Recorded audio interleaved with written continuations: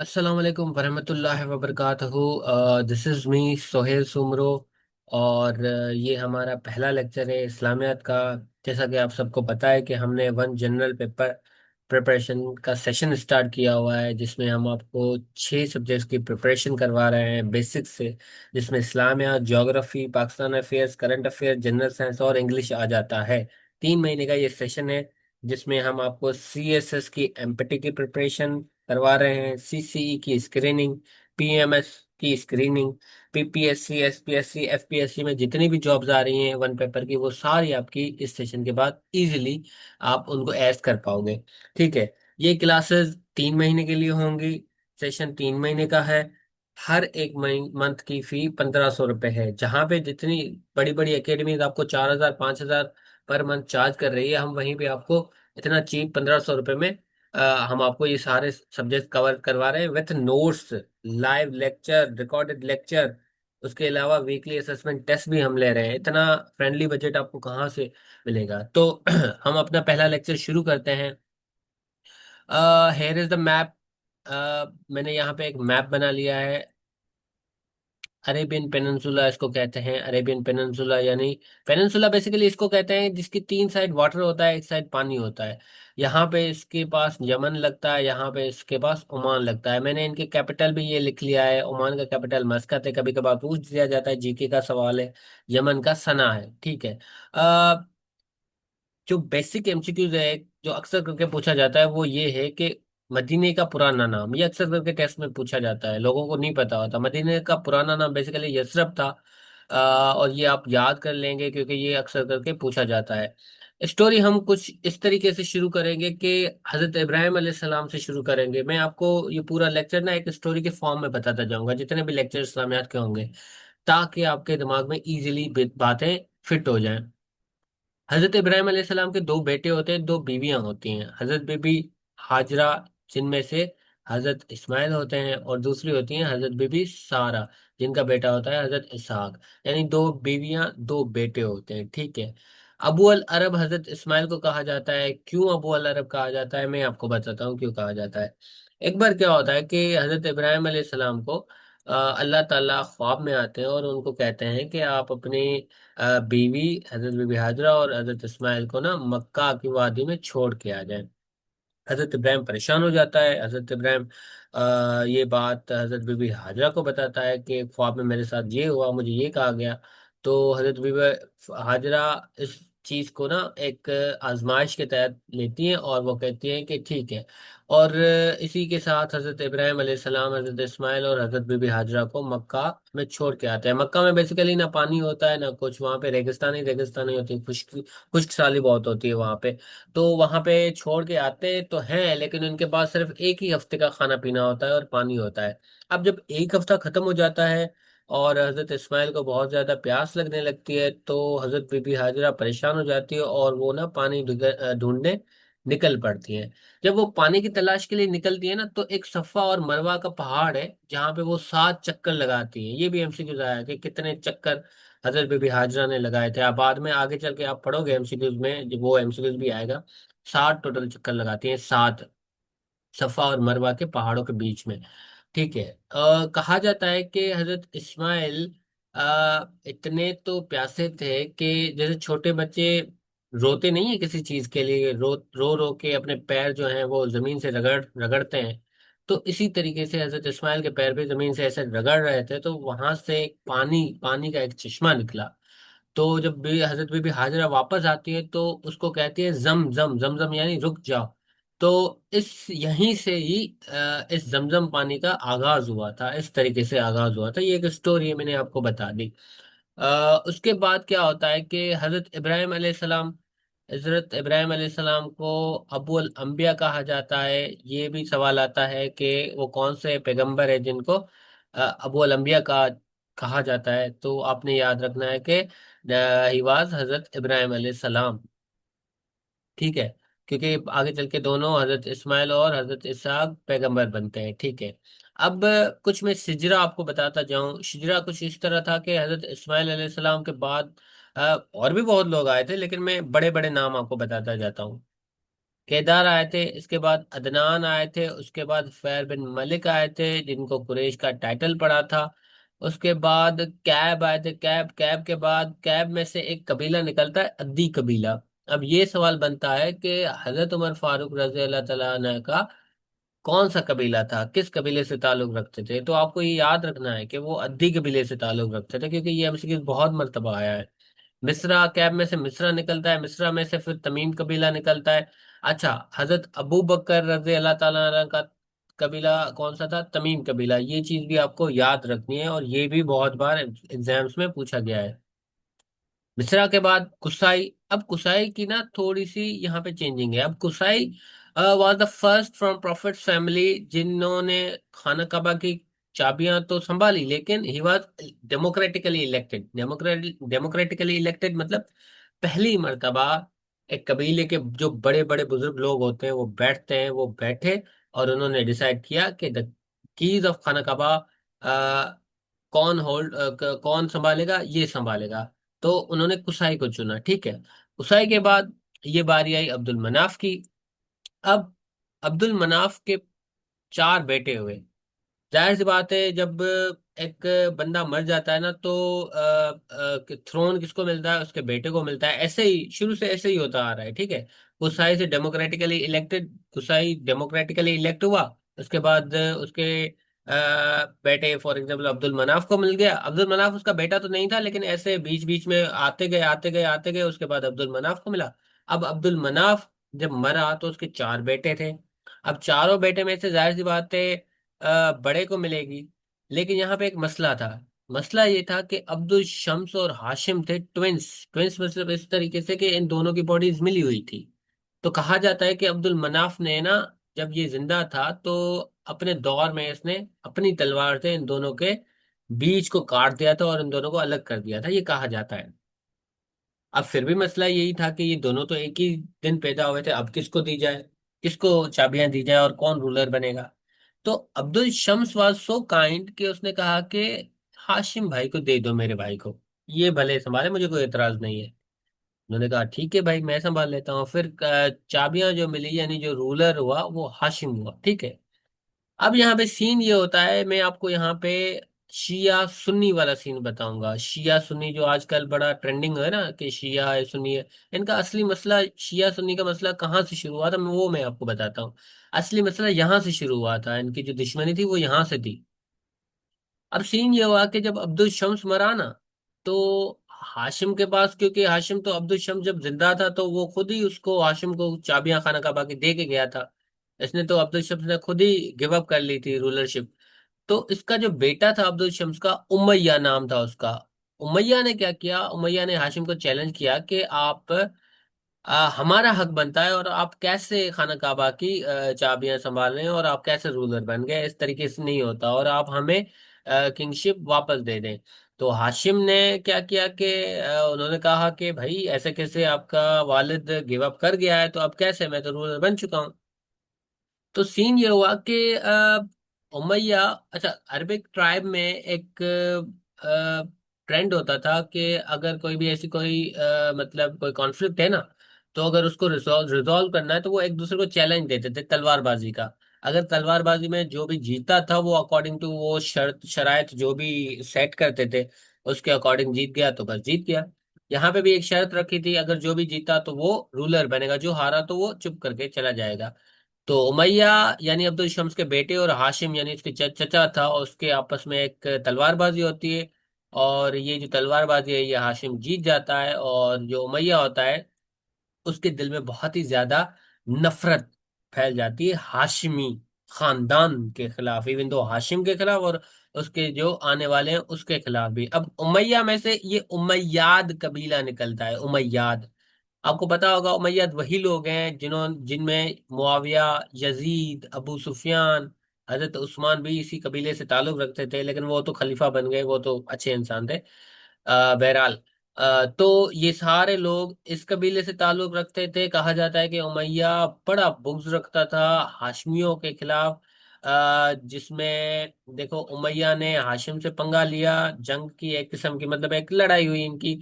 अब्बू सुफियान हजरत मोहम्मद सल्लल्लाहु अलैहि वसल्लम को हजरत मोहम्मद सल्लल्लाहु अलैहि वसल्लम से 2 जंगें कर चुका। मुआविया ने हजरत अली के साथ जंग की थी। यजीद ने हजरत इमाम को शहीद किया था, और हमारे प्यारे इमामों को भी शहीद किया था, बाकियों को भी। तो ये देखो, वहां से दुश्मनी शुरू हुई और खत्म, इसका इख्तिताम कहाँ पे हुआ है? तो ये एक शिजरा मैंने आपको बताया। ये जब भी कभी भी ये शिया सुन्नी वाले बहस हो ना, तो आप उसको बताओ कि ये कहाँ से बेसिकली शुरू हुआ था मसला। तो बहरहाल हाशिम को जब चाबियां मिली, ये तो मैंने आपको किस्सा बता दिया। हाशिम अब जब चाबियां मिली तो मैंने आपको पहले भी बताया कि, अच्छा मैंने नहीं बताया आपको, क्या होता था कि ये जो मक्का के लोग होते थे ना, इनका जो ब्रेड एंड बटर था वो था ट्रेड। क्या करते थे ये, कि गर्मियों में ये मक्का से निकल के मदीना में स्टे करके फिर मदीना से शाम जाते थे वहां की मंडियों में सामान बेचने। कब? समर में, गर्मियों में। और ये क्या करते थे सर्दियों में? मक्का के लोग यमन की मंडियों में जाके सामान बेचते थे। यानी सर्दियों में शाम जाते थे, सॉरी, गर्मियों में शाम जाते थे, सर्दियों में यमन जाते थे, यहाँ की मंडियों में सामान बेच के पैसे कमा के वापस आते थे, और कुछ सामान खरीद के आके मक्का की मंडियों में भी बेचते थे। ठीक है। तो ये इनका ब्रेड और बटर था। तो क्या हुआ कि हाशिम अब क्योंकि रूलर बन चुका है, तो फिर इन्होंने क्या किया कि मक्का का एक कारवां था जिसको ना शाम में लेके जाके वहां पे सामान बेचना था। ठीक है, वहां की मार्केट्स में। तो हाशिम निकलता है अपने घोड़ों ऊंटों के साथ, और जाके ना मदीना, क्योंकि बीच में ही आता है तो मदीना में ये स्टे करते हैं। वहां पे ना इसको लव एट फर्स्ट साइड हो जाता है सलमा नामी एक खातून के साथ, और उसके साथ ये निकाह करता है। निकाह करने के बाद 2-3 दिन वहां पे ये स्टे भी करता है। उसके बाद कारवां फिर से चलने को तैयार होता है। लेकिन अब प्रॉब्लम ये होती है कि घोड़ों ऊँटों पे कुछ लिमिटेड होते हैं, ऐसा नहीं होता कि एक्स्ट्रा लेके जाते हैं, लिमिटेड होते हैं, तो उन पे सामान कुछ वो खुद। तो अब यहाँ पे हाशिम परेशान हो गया कि मैं सलमा को लेके जाऊं फिर वापस लेके आऊं, तो it was very complicated for him to bring Salma with himself. तो इसने क्या किया कि सलमा को कहा कि तुम यहाँ पे ठहर जाओ, मैं एक काम करता हूँ, मैं ये सामान बेच के वापस जब आऊंगा तब मैं आपको यहाँ से लेके जाऊंगा। अब क्या होता है, क्योंकि घोड़ों और ऊंटों पे जाहिर सी बात है टाइम लगता है बहुत ज्यादा। तो हाशिम जब सीरिया के लिए निकला, सॉरी शाम के लिए निकला, तो क्या हुआ कि उसकी रास्ते में ही तबीयत खराब हो गई, और वहां पे पहुंचने पहुंचने उसकी डेथ हो गई। अब उसकी डेथ जब हो गई तो इतने तेजस्वी लोग वहां के, उस कारवां के, कि जब वो लौटते हैं तो मदीना में ना सलमा को इन्फॉर्म करते हैं कि हाशिम की डेथ हो गई है, ना वो मक्के जाके उनके भाई से ये बात शेयर करते हैं कि हाशिम ने कोई शादी भी की थी मदीने में। बहरहाल हाशिम मर जाता है, हाशिम की डेथ हो जाती है। सलमा बेचारी पीछे वेट कर रही होती है। उसके बाद अब्दुल शम्स पहले ही मर चुका, अब हाशिम की डेथ हो गई। अब रूलर कौन बना? अब बना मुतलिब साहब रूलर बने। तो मुतलिब को भी कोई भी नहीं बताता कि हाशिम ने भी कोई शादी वादी की थी। बहरहाल अब 8 साल गुजर जाते हैं, तो 8 साल के बाद मुतलिब साहब को कोई आके बताता है कि आपके भाई ने मदीने में शादी की थी एक सलमा नामी खातून के साथ। मुतलिब शौक हो जाता है कि यार, कैसे लोग हो आप, 8 साल के बाद आके मुझे बता रहे हो कि हाशिम ने कोई शादी की थी। बहरहाल ये थोड़े गैरतमंद लोग थे, तो इन्होंने कहा कि हम अपनी गैरत को वापस लेके आएंगे, सलमा को यहाँ पे वापस मक्का में लेके आएंगे। जब मुतलिब साहब पहुंचते हैं तो वहां पे पता चलता है कि Hashim had also a son, Hashim had also a son named Sheeba.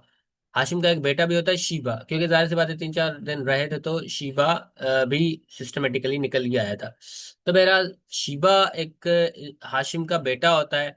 तो मुतलिब दोनों को, सलमा और शीबा को लेके आता है।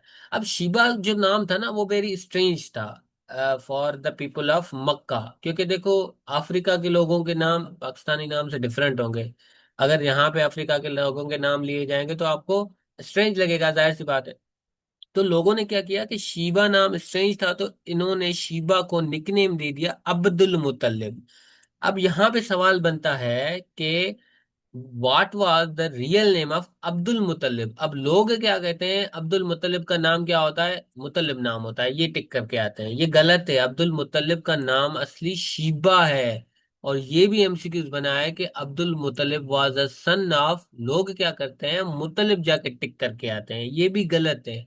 Abdul मुतलिब was a sun of Hashim, आपको ये टिक करना है। और ये बहुत ही ज्यादा अहम सवाल आते हैं जो आते हैं इस्लामियात में, यहीं पे तो लोग फंसते हैं, उनको चीजों का पता नहीं होता। अब ये मैं स्टोरी की टाइप आपको बता दी तो आपके कितने बेसिक के एमसीक्यूज क्लियर हो गए। ठीक हो गया।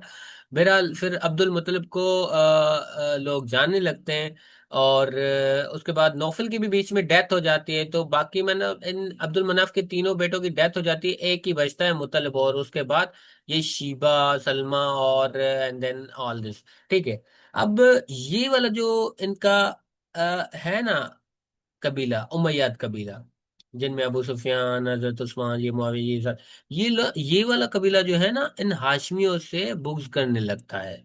और अब क्या होता है कि जब मुतलिब की डेथ हो जाती है तो जो गद्दी है वो मिलती है किसको, शीबा को, यानी अब्दुल मुतलिब को, जो कि ग्रैंड फादर होते हैं हजरत मोहम्मद सल्लल्लाहु अलैहि वसल्लम के। अब यहाँ पे भी इनको मिर्ची लगी कि अरे क्यों, इनको क्यों मिली, ये क्यों हाशमियों को मिल रही है, हमें मिलनी चाहिए ना, हम उमैयाद को मिलनी चाहिए, हाशमियों को क्यों मिल रही है। बिकॉज अब्दुल मुतलिब यानी Shaiba was the son of Hashim, तो ऑटोमेटिकली मुतलिब के बाद हाशमियों के पास आ गई ना। तो यहाँ पे ये उमैया वाले थोड़ा तंज करते थे कि इन हाशमियों को नहीं मिलनी चाहिए थी, लेकिन मुतलिब मुतलिब साहब थे, उन्होंने अब्दुल मुतलिब को दे दी। तो बहरहाल ये यहीं से इनका बुग शुरू हुआ। और बाद में जाके जब यजीद हजरत इमाम को शहीद करता है, तो वो अब एक किताब में मैंने पढ़ा था कि वो कहता है कि मैंने अपने दादा का बदला ले लिया, काश के वो मतलब मेरे बड़े काश जिंदा होते तो आज वो देख लेते कि मैंने उनका बदला ले लिया। तो ये सारी बातें किताबों में लिखी तो हुई हैं और ये रियलिटी भी है। बहरहाल एक्स वाई जेड, अब हम अब्दुल मुतलिब से शुरू करते हैं। अब्दुल मुतलिब, मैंने पूरी स्टोरी आपको बता दी। अब्दुल मुतलिब के 11 बेटे होते हैं, अब 6 डॉटर्स होती हैं। ठीक है। इनकी एक बीवी होती है जो कि जिसका नाम होता है फातिमा, जिससे जिससे 3 इसके बेटे होते हैं, एक होता है हजरत अब्दुल्ला, एक होता है हजरत जुबैर, एक होता है हजरत अबू तालिब जो कि हजरत अली के फादर होते हैं। ठीक है, ये 3 बेटे होते हैं। अब हजरत अब्दुल्ला को तो सब लोग जानते होंगे, he is the father of हजरत मोहम्मद सल्लल्लाहु अलैहि वसल्लम। हजरत बीबी आमना के साथ उनकी शादी होती है। उसके बाद आपको थोड़ा सा हजरत बीबी फातिमा का बैकग्राउंड पता होना चाहिए। इनके फादर का नाम वहाब था, ये एमसीक्यूज आया है। मदर का नाम बारा था, ये भी एमसीक्यूज आया था। ट्राइब ये बन्नू ज़ोहरा से बिलोंग करते हैं, ये भी एमसीक्यूज पूछा जाता है। तो ये सारी जो चीजें हैं ये बहुत ही ज्यादा मेन है और बेसिक है, आपको एज अ मुस्लिम भी पता होनी चाहिए। और स्टूडेंट वन पेपर की जो तैयारी कर रहे हैं या सीएसएस पीसीएस की तैयारी कर रहे हैं उनको भी पता होनी चाहिए ये चीजें, ये बेसिक चीजें हैं। तो बहरहाल ये मैंने आपको बता दी। अच्छा, एक और इवेंट हुआ था। अब क्योंकि हजरत अब्दुल मुतल्लिब रूलर बन चुके थे, ठीक है, और खाना काबा की भी, जो खाना काबा भी बड़ा फेमस हो चुका था पूरी दुनिया में, वहां पे जायरीन आते थे और वो इबादत करते थे, बुतों की इबादत करते थे ऑफ कोर्स। तो क्या होता था कि यमन जो था, यमन उस वक्त ऐसे समझ लो कि बड़ा पावरफुल कंट्री था, यमन स्टेट था ना। तो वो बड़ा परेशान था मक्का से, क्यों, क्योंकि एक तो वहां पे पानी भी आ गया और दूसरा वहां पे खाना काबा की वजह से जो जायरीन आ रहे थे, तो मक्का को बड़ा रेवेन्यू जनरेट हो रहा था। और इसी वजह से यमन थोड़ा परेशान था कि अगर मक्का वालों ने भी वहां पे कोई बड़ी बड़ी मंडियां खोल ली तो यमन को तो बड़ा इकोनॉमिकली लॉस पड़ेगा। तो इसीलिए इथोपियन गवर्नर है यमन का, अब्राहा अल अशरम, इसका जरा नाम याद कर लीजिएगा। ये सवाल बनता है कि यमन का कौन सा गवर्नर था जिसने चढ़ाई की थी मक्का पे खाना काबा को डिमोलिश करने के लिए, नऊज बिल्ला, ये वाकई में था। यमन ने क्या किया कि सबसे पहले तो उन्होंने खाना काबा की रिप्लिका बनाई यमन में, लेकिन जब काम नहीं बना तो उन्होंने क्या किया कि मैं खाना काबा को डिमोलिश करूंगा मक्का में जाके। तो उसने डिसाइड किया 60,000 आर्मी लेके गया वो, जिसमें अमूमन हाथियां थी, जिसको ईयर ऑफ, इस साल को ईयर, अच्छा ये साल था 570 एडी में ये सीन हुआ था, ये जंग हुई थी, जिसको ईयर ऑफ एलिफेंट भी कहा जाता है या आमुल फील भी कहा जाता है। ये दोनों सवाल बनते हैं और आए हैं बल्कि, कि आमुल फील किसको कहा जाता है। 570 में ये सीन हुआ था, ठीक है। इस बंदे का नाम आपको याद रखना है, अब्राहा अल अशरम। ये कभी कभी दे देता है अब्राहा अल अशरफ, अब्राहा अल अशरन, या अब्राहा अल अशरम। तो आपको ये पक्का सा नाम याद रखना है, अब्राहा अल अशरम। ये इथोपियन गवर्नर था जिसने हुक्म दिया था कि खाना काबा को डिमोलिश करो, लेकिन अल्लाह ने इसके सारे प्रोग्राम्स को वड़ कर दिया, वड़वा दिया। क्यों? क्योंकि उन्होंने हजरत, सॉरी, अल्लाह पाक ने अबाबिल जो होते हैं छोटे छोटे, उनको हुक्म दिया, वो छोटे छोटे पत्थर लेके गए। जितना भी 60,000 हाथियों का लश्कर था उनको निस्फ नाबूद कर दिया उन्होंने। ऊपर से पत्थरी फेंकी, सीधा उसकी धड़ पे लगी और धड़ से नीचे तक जमीन पे जाके गिरी। इतना पावर था उस पत्थर में। तो बहरहाल ये पूरा वाकया था, ये बड़ा एक वाकया है। ये 570 एडी में ऑकर हुआ था। कहा जाता है कि इसके 55 दिन बाद ही प्रॉफेट मोहम्मद सल्लल्लाहु अलैहि वसल्लम पैदा हुए थे। अच्छा, इस पे ना एक मूवी भी है। इस पे एक बहुत ही अच्छी मूवी बनी हुई है, और इस ये पूरी जो स्टोरी मैं बता रहा हूँ ना, ये पूरी शुरू से, ये पूरी इसकी मूवी बनी हुई है। मैं आपको शेयर करूंगा, ईरान की ये मूवी बनाई हुई है, मैं नाम आपको जरूर शेयर करूंगा कमेंट सेक्शन में। अच्छा, ठीक है। तो उसके बाद, हाँ, यहाँ तक सेकंड लेक्चर हम कल देंगे इंशाल्लाह, क्योंकि यहाँ पे बहुत कुछ हो गया है। यहाँ पे मैंने ये भी एमसीक्यू साइड में लिख लिए हैं। People of Mecca use to go for trade to Yemen in winter season, ये भी एमसीक्यू आया है। And in summer they go to Syria, शाम, ठीक है, ये हो गया। उसके अलावा भी मैंने जितने भी आपको एमसीक्यूज कवर करवाए, ये सारे बहुत ही ज्यादा इंपॉर्टेंट है। बेसिक बेसिक एमसीक्यूज आपको लाजमी याद करने होंगे। जैसे एग्जैक्टली मैंने नोट्स बनाए हैं, आप भी वैसे ही नोट्स बनाएं अपने। कोशिश किए करें कि जो मैप मैंने ड्रा किए हैं वो आप भी वो वही मैप ड्रा करें। उसके बाद क्या करें कि छोटी छोटी डिटेल्स ये जो मैंने लिखी हैं वो भी आप याद करें। इसी तरीके से आपकी इस्लामियात की सब्जेक्ट जो है वो कवर होगी। और ये ऐसे, ऐसा सिलेबस है, ऐसा मतलब ऐसे नोट्स हैं जो कि आपको हर टेस्ट में काम आएंगे, कभी भी जिस भी टेस्ट में एमसीक्यू इस्लामियात का सिलेबस दिया हुआ है। आपको बस क्या करना होगा, ये नोट्स निकालने होंगे और इनको रिवीजन देना होगा, बस दैट्स इट। उम्मीद करता हूँ कि आपको चीज़ें समझ में आई होंगी। मैंने जितना मुझसे इजी हो सका मैंने उस तरीके से नोट्स भी बनाया, उसी तरीके से आपको एमसीक्यूज भी कवर करवाए, जितना मुझसे इजी हो सका। मुझे नहीं लगता कि इससे ज़्यादा कोई इजी वे होगा आपको समझाने के लिए, बहुत ही इजी चीज़ें हैं। अच्छा, यहाँ से एक आपको ना स्टार्ट मिलेगा इस्लामियात का। वो लोग जिनको नहीं पता कि इस्लामियात कहाँ से पढ़े, कैसे पढ़े, क्योंकि बहुत सी डिफिकल्ट चीजें होती है ना, बड़ी बड़ी टॉपिक्स दे देते हैं। लोग सिलेबस देख के ही परेशान हो जाते हैं कि कैसे करेंगे, क्या करेंगे, फिर वो डिमोटिवेट हो जाते हैं। लेकिन यहाँ से it is a good start, यहाँ से स्टार्ट लें। आगे हम आपको और पढ़ाएंगे, इसमें बैटल्स आ जाती हैं, उसके एमसीक्यूज आ जाते हैं, हर चीज मैंने, हर कंटेंट जो इम्पोर्टेंट है वो मैंने निकाल के प्रिजर्व कर दिया है। उसकी एक नोट्स फाइल्स बना दी है मैंने, जो कि आपको पूरे सेशन में मैं आपको प्रोवाइड करता जाऊंगा इंशाल्लाह। इंशाल्लाह रिजल्ट देखेंगे आप इस सेशन के बाद अपने आप में। तो इंशाल्लाह कल मुलाकात होती है। जजाकल्लाह, अल्लाह हाफिज।